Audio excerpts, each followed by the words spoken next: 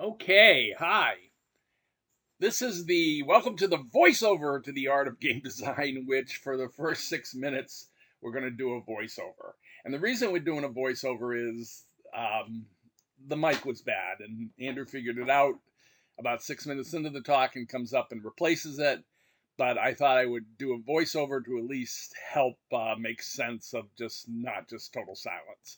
Anyways, this is my opening screen. This is the art of game design, the missing lenses. And I'm Joe Casava, and you can find me at www.puzzlesbyjoe.com. I did this experiment. I'd never done it before. I'd done it with individual people, and it works great. But I never did it with an audience of, 25, 30 people or so. And what I told them is they had to say the word tops 10 times real fast. Top, stop, stop, stop, stop, stop. And actually, as they started to do it, I interrupted them and I told them to do it again, and they had to do it really fast. And at the end of things, I would ask them a question. So I got them to go top, stop, stop, stop, stop, stop, stop. And at the very end, I said, what do you do when you come to a green light? And everybody, all 25 people went, stop, which is the wrong answer. I then asked them, do you know what I asked you? And they went, and they thought about it, and at least a couple of them, said, what do you do when you come to a green light? Yes, a green light. They gave the wrong answer. And we'll come back to that and why that's important later. Okay, this is a slide that represents why they should listen to me. And basically, I've been doing this for 15 years. I'm about to release my 18th game, Clutter 18. And I've made about $2 million over the last 15 years from my Clutter games. And I'm more happy with the fact that the last 5 years I've actually made about $1 million. And after I tell them that's, kind of my cred and why they should listen to me, I show them this, which is a book from the 70s called If You Meet the Buddha on the Road, Kill Him. And it basically says you really ought to do your own thinking and that you shouldn't let anybody tell you what's best for you. You should use your critical thinking skills and, decide for yourself. Okay, I opened with this screen that I really hate business jargon, and this is business jargon from, 20 years ago. Yeah, it's still relevant, but I just loathe people back when I worked for a company, used to use this stuff. Bleeding edge, give 110%, bandwidth, drill down, drink the Kool-Aid, disrupt. And they're all overused so much that they almost become meaningless and game changer.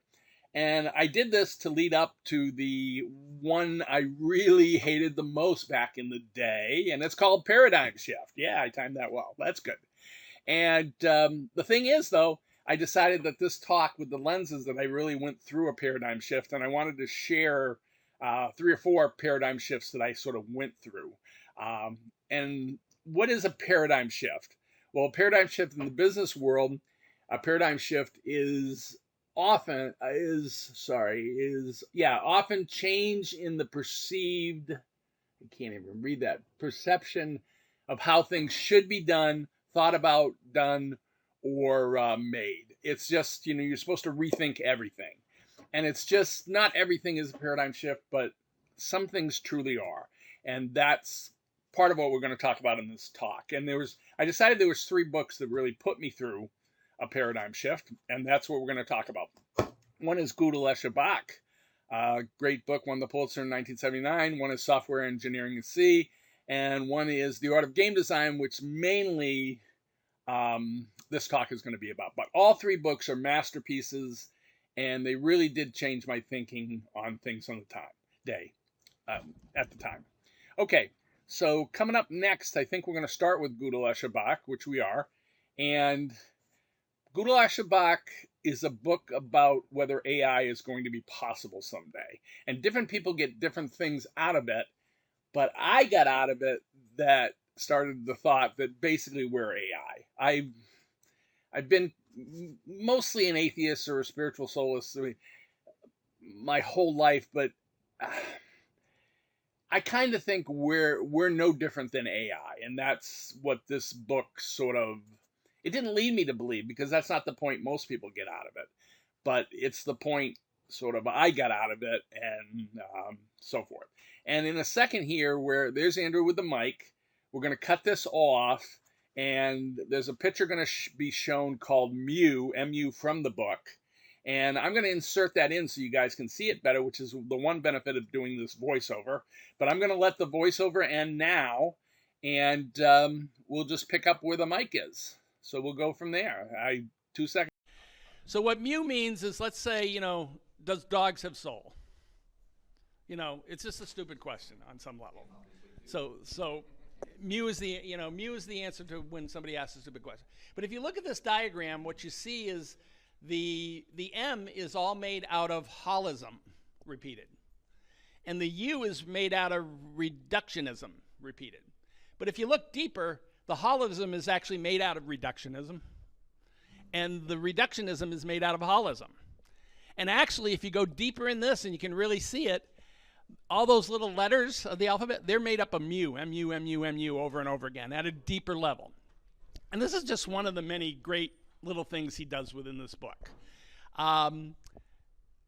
This book, I just can't tell you how good this book is. You ought to look it up online and then decide whether you want to read it. Okay. So, this is Jeopardy. This is Watson on Jeopardy. How does Watson work? Watson hears a question, translates it into something he thinks he knows the answer to, starts searching, and when he gets close enough, he stops, which is exactly what you did with the TOPS problem. But the only difference is I primed your brain to think stop was the good place to stop at, when it wasn't. Okay? This is so pervasive. I read about a study recently. They asked people, single people, group of 20 to 30 something single people, they asked them, how many dates have you had in the last 6 months? Then they had them rate their happiness from 1 to 10. And they got, a correlation. And it was a pretty strong correlation. Less dates, less happiness. But then they reversed the questions on another group. And they asked that group, how happy are you the last 6 months? 6 a year, whatever. 1 to 10. They got an answer. How many dates have you had? No correlation. Even a simple question like how many dates have you had in the last 6 months primes your next question, your next answer to how happy you are. Okay? It's amazing. We're AI. Okay? Okay, so the next paradigm shift. I was just a regular business programmer. COBOL, Prox, whatever. And then C and Unix came along, and we used to write these monolithic programs. And if you had one program that did something and you wanted to do another, you might copy that program in and start hacking. But usually you often did things from scratch, and it was another monolithic thing. C came along in Unix at about the same time, and they said, instead of doing this monolithic thing, why don't you just do one little thing at a time and connect them up with these things called pipes, so you can sort a list, and then you can do something else, and you can do something else, and you can manipulate text data, that way, instead of writing this one big thing that you want to do. And that was a true paradigm shift. The corn shell is just a different way of, it lets you work. It was one of the first really, I don't want to call it IDP, no, what is it's not IDP, it's not an integrated development environment, or IDE. It's a little different than that because it's all text-based. But it's still, the corn shell had a memory, so you could go back to something you typed 10 minutes ago and find it and redo it and so forth. And again, all these pieces all add up together where you start doing your job differently. And for me, it's where I started thinking of myself as a software engineer as opposed to just a programmer. And a programmer just writes programs that are just whatever they need to do. Turn on the light, do this, do that, so forth. They're all procedural, things. In fact, COBOL was the biggest procedural language. You just do one thing after another. You did have subroutines and stuff, but still, they're all in the same program. It's this huge thing. Whereas Unix comes along, and again, you do these little piece by piece, and you get thinking about, Legos. Software is Lego. Oh, by the way, and this had a great picture, too, with it. This is software as a tool bench. And it's a nice little picture to study. I can't share all of it with you, but that sign says, needless redundancy is the hobgoblin of software engineering. There's also a principle called don't repeat yourself, don't repeat yourself. That's called the dry principle. And yeah, it just changed the way I did things and so forth. Okay. And now this has led to the paradigm shift of really using Unity, which is this super powerful IDE. And since it's the last thing I'm going to use, I really think a lot about software as Legos and writing these little Legos that work well together. And then I build from that, and I never touch the individual Legos again. And in fact, Unity is again this shift from, and it took me a while to do this, from object-oriented programming, which was the shift before, to true component-based, which is sort of plug-and-play stuff. And again, it's better Legos. I want to make one more point before I leave this topic. So Windows came along about the same time as Unix. One of the things you should remember, and this is a push for why any coder, engineer, person using Unity, or whatever you want to call yourself, you should learn some text tools too. Because text tools can be more powerful. And there's a huge difference between easy to use and useful. Okay? I can do things in my text, my Unix tools that I just can't. Unity's all about drag and drop, and yes, you can reuse stuff and so forth, but if you want to manipulate a text file, I use it for many, many things. I use it to rename. I'll shove a bunch of objects into a directory, and then I use a Unix tool to rename them I1 through IN, so that I can call them into the, so that my program can find it. And it's, I collect objects, my game, I'll show you in a second, but I collect objects to use, and this would just be a nightmare if I had to do that by hand, or if I had to drag them into Unity myself and give them it just would be horrible. So anyways, I just want to make a point on that. There's, again, much more easy to use and easy to learn is good, and that's what Windows is. But powerful, you kind of want you want some sort of shell. A corn shell is what I use. Okay, what this talk is really about, this is the central book. This is a masterpiece. And by the way, software engineering masterpiece, Godel, Escher, Bach, won the Pulitzer Prize. It's a true masterpiece. I don't talk about books that aren't. I recommend this for anybody doing anything in games. This will make you think about games differently. Before this book, I was the game mechanics, all that matters. And this book made me think differently.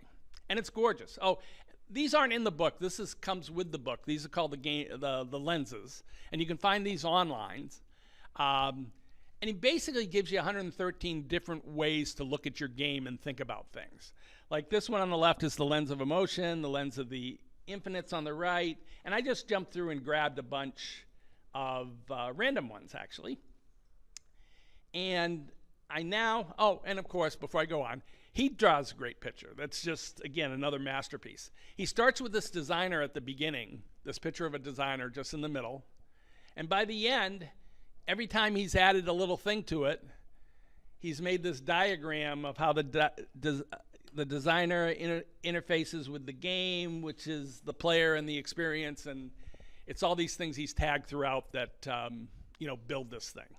And it truly, you can get a lot by just reading through their lenses, but the book has no wasted sentence. It's a brilliant book. Okay. But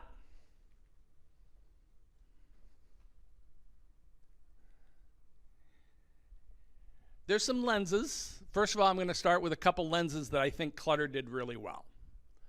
He has the lens of primality. And is your game mechanic, does it really hit the player on a primal level?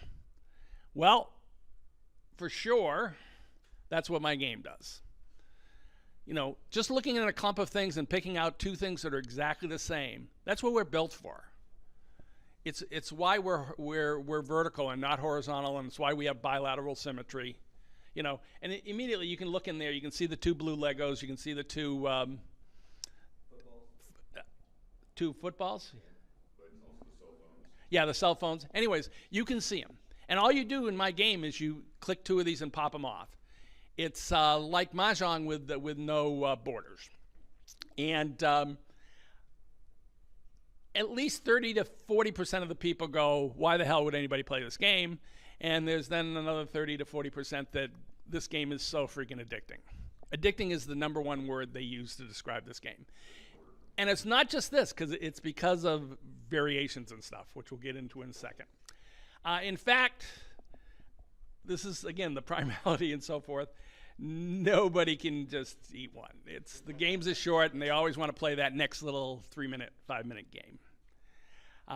Okay, now that other lens was about weirdness. What's the weirdest thing in the game? And you want your game to be weird, but you don't want it to be too weird.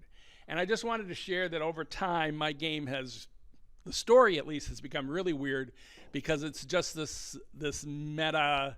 It's just me chatting with them about whatever I feel like chatting about at the time. Sometimes it's older games, sometimes it's whatever. This is actually, I think, from one of my, this is from Clutter 12, I think. No, Clutter's Greatest Hits, which took one of my talks, and pretty much I chatted through in the game how I gave my talk. Okay.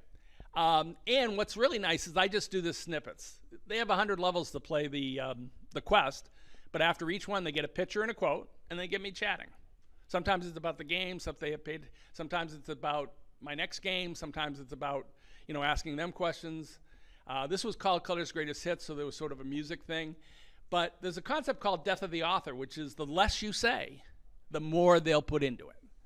If you describe every little detail, you've just robbed them of their imagination. They want to fill in the details. They might get it wrong occasionally or not what you intend, but that's what they want.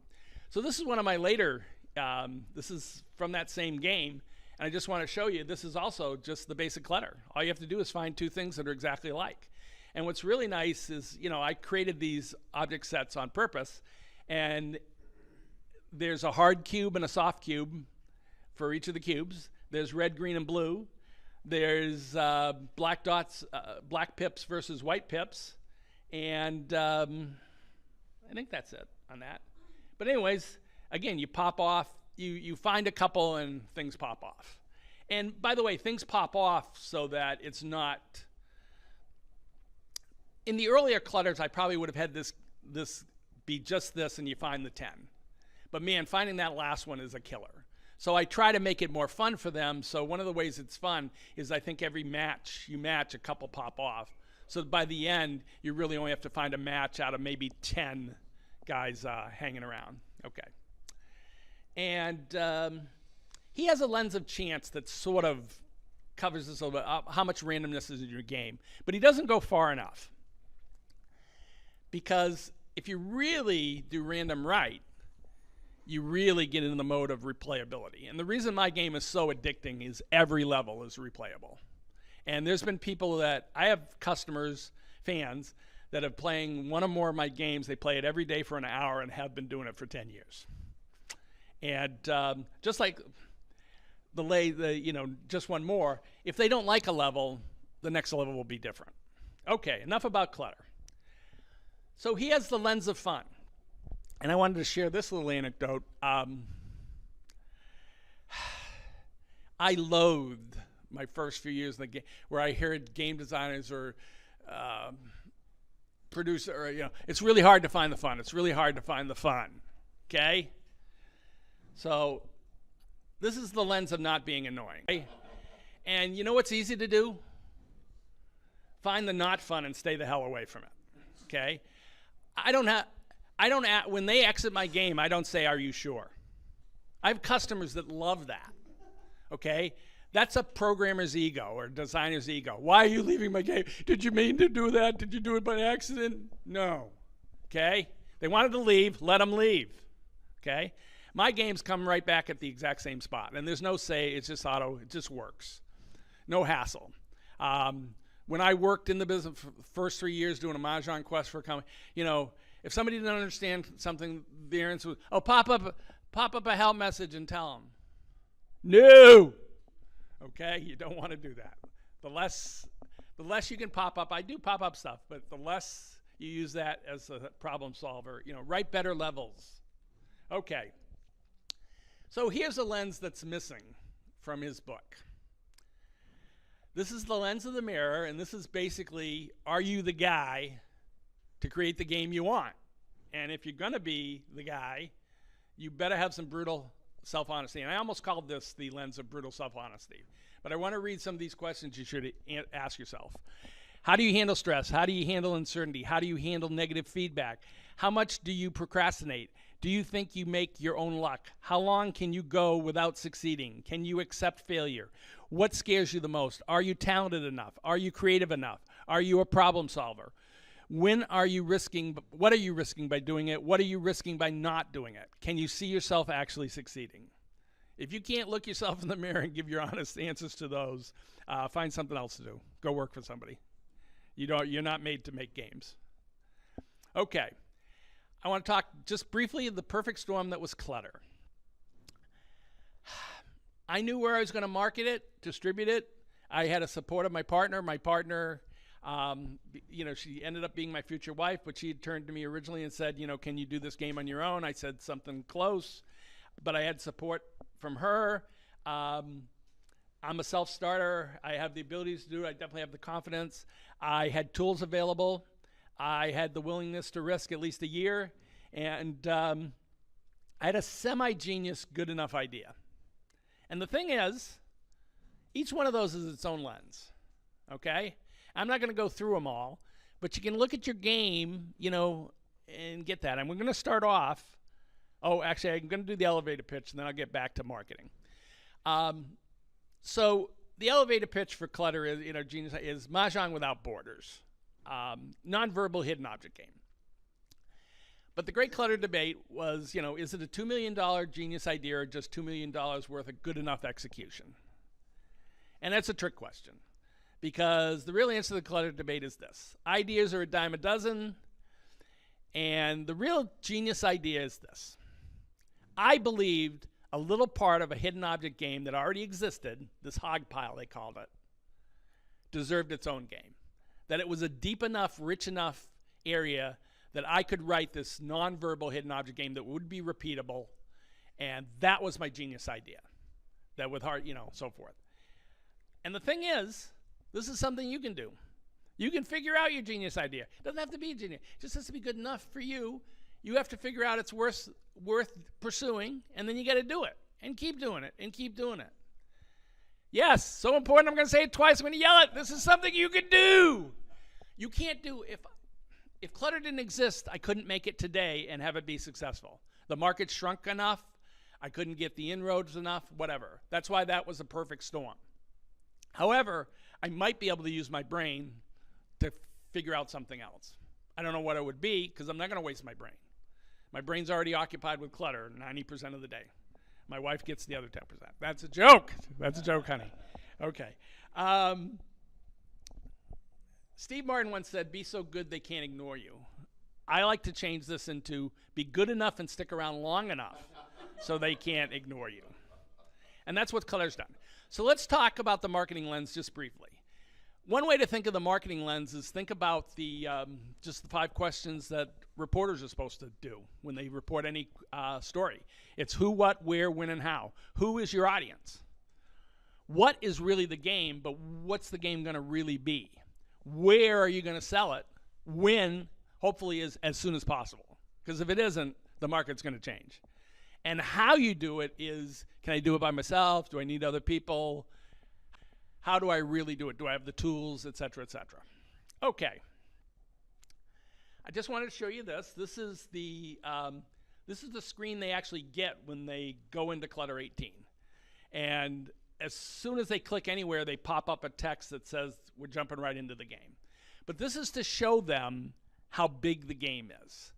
I want them, so that 30 minutes or an hour in, that they get to play test sometimes on some sites. Some sites it's all access, sometimes it's play test. They have to make a decision after 30 minutes. Now they either they're done with it or they buy it. Okay? When that happens, I want them to know they've only played about 5% of the game if they're lucky. If they're lucky. And their back of their brain, their little lizard brain goes, I haven't seen everything yet. I don't know. Let's buy it. And that's the lens of the buy decision. Okay. I'm going to do a quick summary of a bunch of other things, and then we're going to wrap this up. So these could be the separate lenses, but really perseverance, endurance, surviving, and reality I kind of shoved together. Reality definitely needs its own lens, but the other, you got to realize it's a marathon, it's not a sprint. If you expect to write one game, get rich, and done, you're dreaming, okay? So you got to, do you have the perseverance, endurance? Can you survive long enough, etc.? Don't quit your day job while you're building up enough. If you quit your day job to make a game and you expect to survive, I hope you have millions in the bank. So, because it's not going to happen. Okay.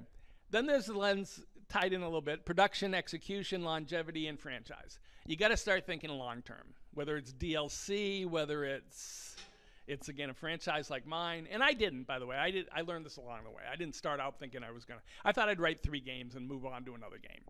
But I learned quickly that if I'd done 6 different games, I would not, I wouldn't have still done it. If I came this close to not doing Clutter 2. And I used to have a joke in one of my earlier talks, which is the stupidest decision I ever did was quit my job and spend a year creating Clutter 1. But the smartest decision I ever made was doing Clutter 2. And I came this close, because really, if I did a different game, I would have been out of the game, working for somebody else. But luckily, and that's other talks about Clutter's the franchise effect and how strong that is. But anyways, you want to ask, does your core mechanic have enough depth, and can you get your games out quick enough to support a franchise? Now, again, DLC, but you have to have a long-term strategy. Okay.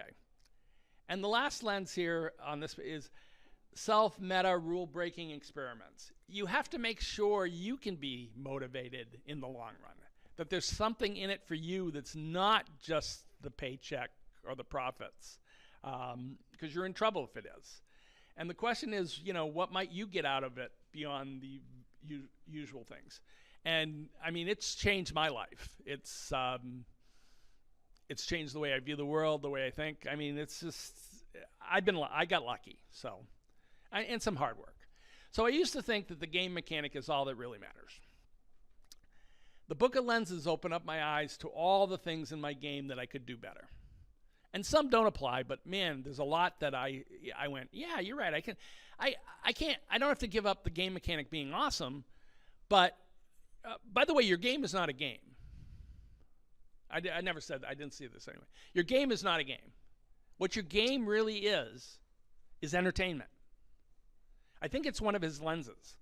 But really, if you're not entertaining, I don't care how good your game is, your number one goal is not the good game. It's to entertain.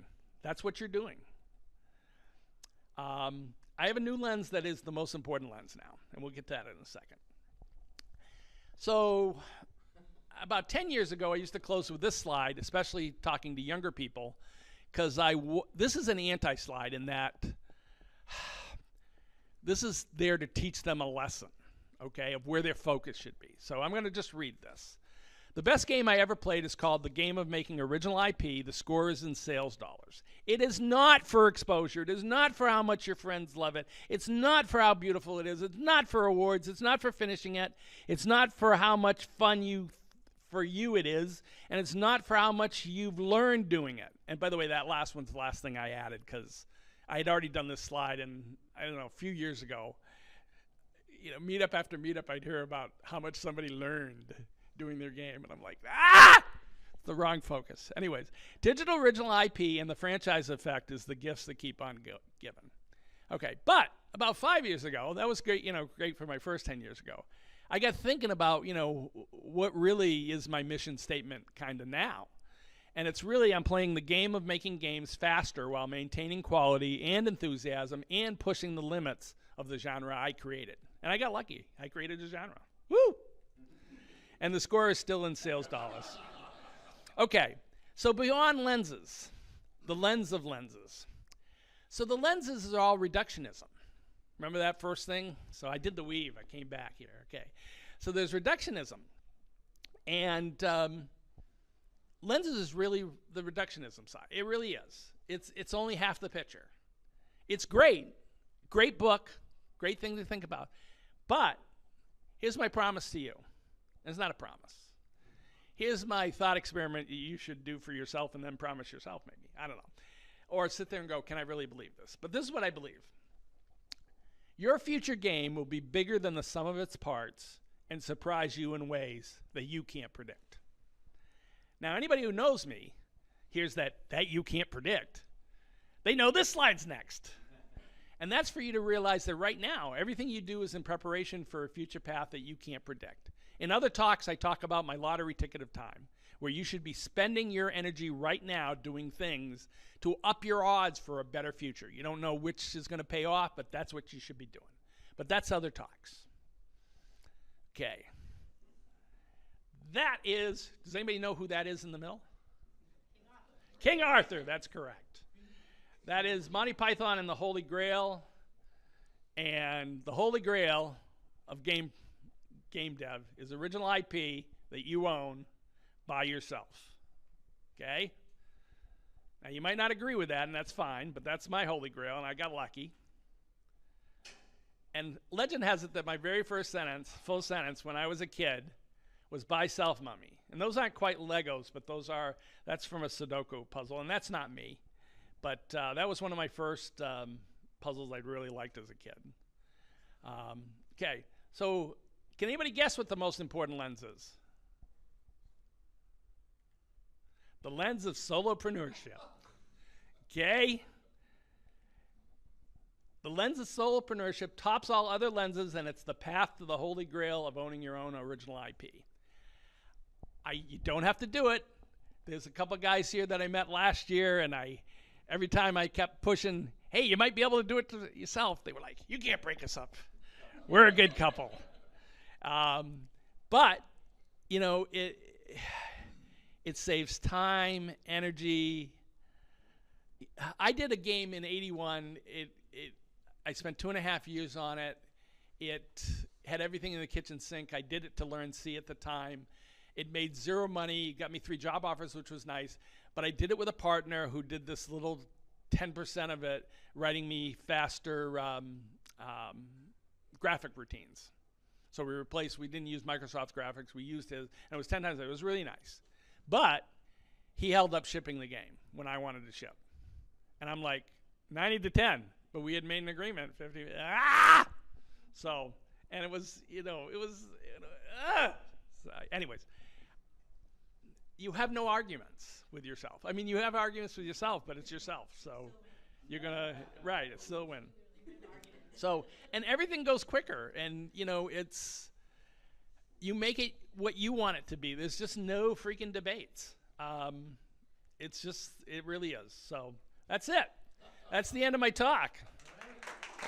And I'm open for questions. Does that work? Hey. Yeah, can you pull it over to the center? Sure. And what time is it, by the way? We've got at least How'd I do? Q&A. Woo! I did good. Hey, Joe, thank you so much for your talk. It's very insightful. Thanks. You spoke earlier about paradigm shifts. Yeah. And then you talked about solo entrepreneurships. Right.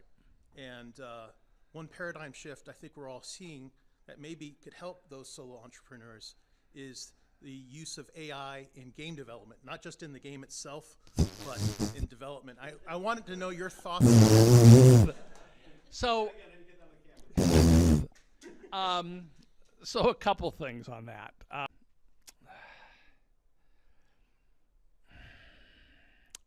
I lose my train of thought. There was one thing I wanted to say when you asked the first part of your question. But we'll talk about AI, and if the other thing pops up, it pops up. So I've used AI occasionally in my game. I've gone to ChatGPT, and actually asked it for a quote on something I wanted it to do. And when it didn't find one time, it invented one. And I liked it so much that I included it in the game, but I still attributed it to ChatGPT / Giuseppe Kaczynski, which is my pen name in my games. After every level they play, they get a picture, they get a quote, and then they get some chit chat. And this is in the quote part for that. I used ChatGPT just briefly for this talk, wanting to list the pros and cons of solopreneur solopreneurship or whatever. Oh, that's what I wanted to say. So, and we'll get back to AI. The one thing I missed in my talk, because I did mean to say it at one point, is solopreneurship is the only thing that protects you from the current state of the game industry. Okay? I'm protected. Now, my market's still shrinking, but I'm taking it to other markets, and there's other things I can do, but it's so much better than worrying whether you're on the chopping block or not. And it's a very sad state, but I'm telling you, solopreneurship is the pill that can save you. So if you really give it some consideration, and you can pull it off. Okay, so back to AI. Garbage in, garbage out. It's cool for some things, and if you have a nice idea, it's great. I love the pictures. Actually they're in live action of the babies of Friends, the Friends babies. I don't know if you've seen that. Great stuff, and but it's still somebody has to curate it and sift through it, and do the right stuff. And there's a lot of things that can be used for evil, like people trying to use it to write essays in college and stuff, But and it's nice that it can do that stuff. But I don't see it. I mean, I've even seen something that came up with something like a Sudoku and something else that was unique and interesting, But it's still just a small piece of whatever you're going to do. It's not going to do the whole thing. I mean, again, it can do some things cooler than others. It can write a song in Taylor Swift's style because there's enough of that to mimic out there. But it's not going to write the next Tetris if Tetris didn't already exist. Okay? As a solo entrepreneur, yeah, you're having to wear a lot of hats. Yeah. And maybe bootstrapping. Yeah. And you can't necessarily afford an audio person, right? So could you use? No. How do you feel about using AI to? No, I use Artlist.io. I guess I get my music that way. I used to get it from some play though where you get the CDs. I pay $80 for tracks and stuff like that. That's what I do. Artlist.io is what I use right now. Shutterstock is what I use for all my images. It's what I use for this talk. I just look up something. It's not really AI, right? It's just a better search tool, right? It gives me something close, but I don't use AI. I don't use I don't have any desire to create in that medium, and that's what it is. Creating through AI is just a medium. You're learning how to con it or whatever to get what you want, sort of. And it's some of it's horrible, makes me sick. I hate the ones on the.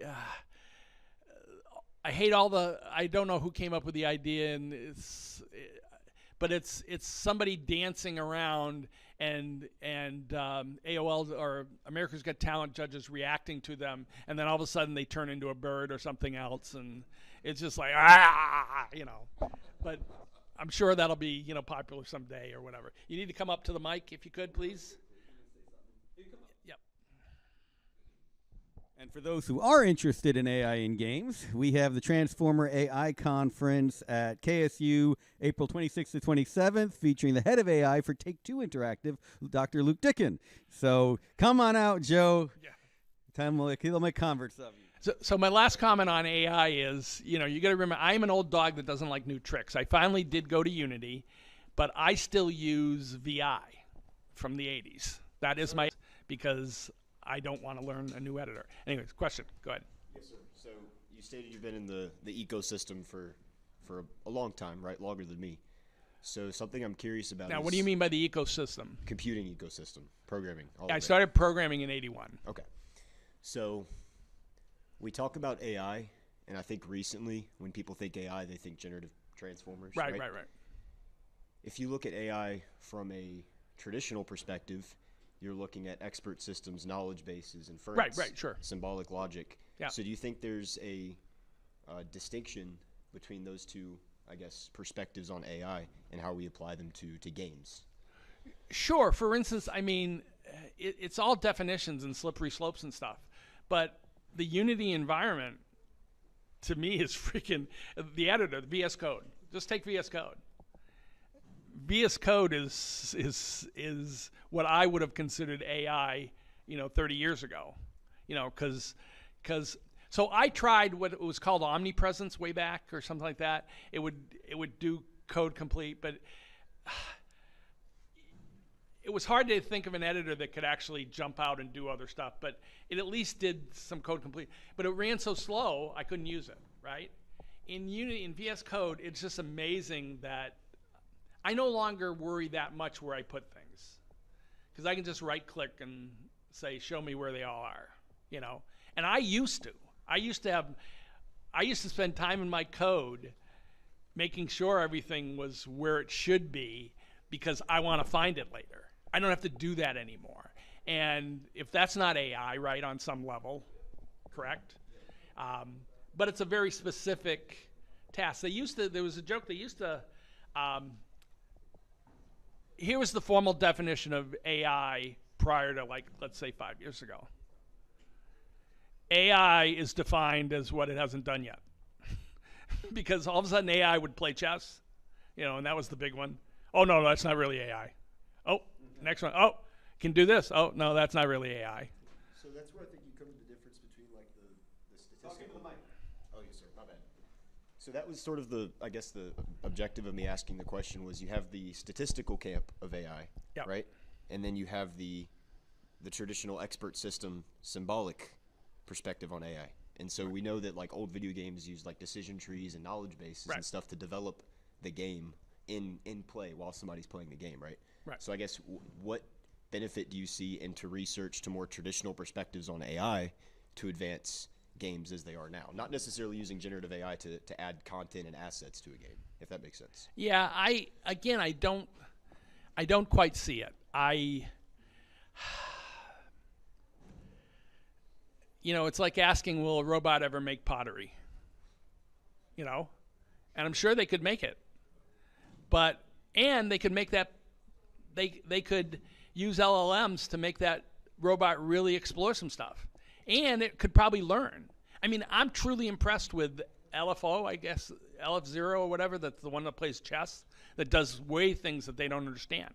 And by the way, the Godel Escher Bach book is awesome because it talks about as soon as you cross into the area of you don't know how it really did that, like your brain, right? I mean, your brain's like that. I'm sorry, you do not know the part of your brain that said stop instead of go.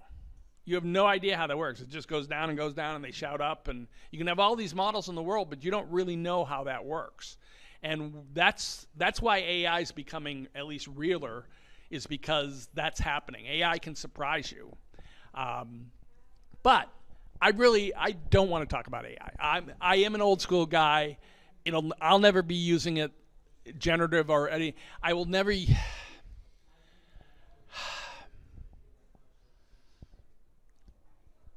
I will never use new school AI. Let's put it that way. I use old AI. I mean, I create algorithms to do a lot of things that, if they're not there, you'd consider at least AI smarter. Sure. So many things and so forth. Go ahead. Sorry, I missed some of it, so I hope I don't waste people's time here. But when you talk about solopreneurship and you talk about IP, when it comes to digital art and digital gaming, what specific IP? Who is your patent? I have lawyer? no patent, but I have no patent at all. So if I wanted to sue, so number one, game mechanics aren't patentable. Okay, I could have trademarked Clutter, and I was a little annoyed at a company that started selling shopping clutter as a game, and they made 26 games and now are done. But they probably brought me customers, and they didn't make. It was obviously they took a lot of my mechanics, and every time I put out a new game, they'd look at the ones that they thought they could do, and maybe they'd show up in their next game. But their game was more aimed towards kids a little bit more. It was more cartoony.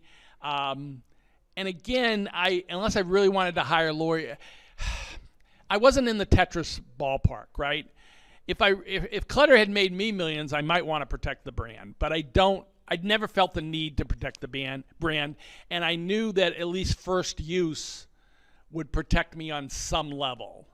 And what's really nice is even without doing that, Clutter's its own brand.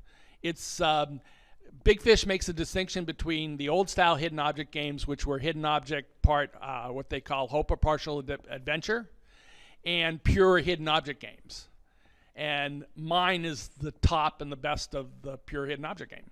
And they even call a game Clutter-like, if it's more of the nonverbal stuff. Did you have a question? Okay. So earlier you were talking about the primal kind of instinct appealing to that lens, and entertainment. I was sort of wondering, how do you differentiate, or not go into where you could see, like on YouTube and stuff like that, we have a lot of short form video content that kind of like appeals to like, dopamine dosing and stuff like that. And how do you differentiate that from something like Clutter, where it's just like, it feels good to do and it appeals to that without really being exploitative, I guess? So any addicting game is exploitive. I told you the stories have been kind of weird and meta, where I chit chat with them, and occasionally in the chit chat I say, maybe you should be spending more time with your family. And I'm not sure I put it that way, but I do say, but I play Freecell at least an hour a day, at least. I don't really address that other than the flip side of it, which is I make sure it's not the same, and I challenge them.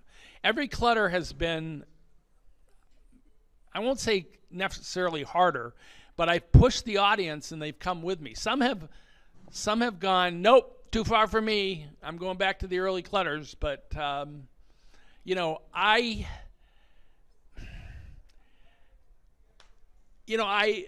once used to think of Clutter as, hidden object games on crack. I mean, it's part of the game. You're trying to do that, and I don't think that's a bad thing. And that it's not physically addicted. It's just like if you like your favorite TV show and you want to binge it for a weekend. I mean, I don't worry about the what you're talking about, and there's nothing on the level of like ASMR. There's nothing. I'm not doing any tricks that way. There's no strobe in the background going, play Clutter, or anything like that. So I don't worry about it at all. I want to make a game that they have to fight, to put it down. But I'm Lay's potato chips. I mean, I want them to play the next game. I want, so forth. And really, my last review that I shared, a little comment on my website, was just they noticed I got quicker last year. I put out 3 games in the year, and now they notice I've slowed down a little bit, and they're not happy. So it's if that's true, then what I would say is I have to worry more about. I have built this relationship with at least 1,000 of my players. I have to make sure that doesn't drain me from providing the next game for them, that I don't get overwhelmed with all that. And it's tough. I mean, one of the things, last thing I'll share is my game helps a lot of people that are in pain for a variety of reasons. It also seems to help with Alzheimer's and so forth. And it's a distraction, but it's a good distraction. It's nonviolent. There are no guns. There are no knives. It's no alcohol in my game, no cigarettes. It's not geared for 7-year-old, but it is a family-friendly game, totally. And that was a decision I made from day one. And the objects are totally arbitrary. I could make one that's all guns, and try to sell it on Steam or whatever. But and I remind them occasionally that there's more to life than Clutter. And most of the stories are that. Again, this talk tonight could be my next Clutter story. I don't think I do it. I've tried not to do the stories anymore because they slow me down. But one of my talks was called If I Could Turn Back Time, and that became a Clutter story. And it always ends with what I think is a positive one. That one with music ended with the notion of, I'm going to share this. This is a good one to share. Maybe politics is like music tastes. Maybe through the accident of birth, what you like politically is very similar to whether you like country music or pop music or hardcore or hard rock or whatever. And that, you wouldn't hate somebody just because they're a country rock, country music fan and you're classical, So maybe hating somebody just because of the political differences isn't the best choice. And I closed with sort of a prayer about that. And it wasn't a prayer. I'm kind of an atheist person, but it was still out to the universe. It was my hope, and that's how that story ended. That was just to get them thinking about that. So, yeah, there's a side of what would you call it? Not the pulpit, but I don't. My messages are always positive. They're always, every quote. I'm not trying to bring them down. I'm trying to make them think about life in general, their own lives, their own choices. I'm just like this. I want to motivate people to have better lives through mostly thinking. And some people just turn that off, by the way. It's also optional. They just turn it right off, and they don't see any of the stories. They don't read any of the quotes. They don't listen to the music, et cetera, et cetera. Okay, I think that's it. Good place to wrap it. Thanks.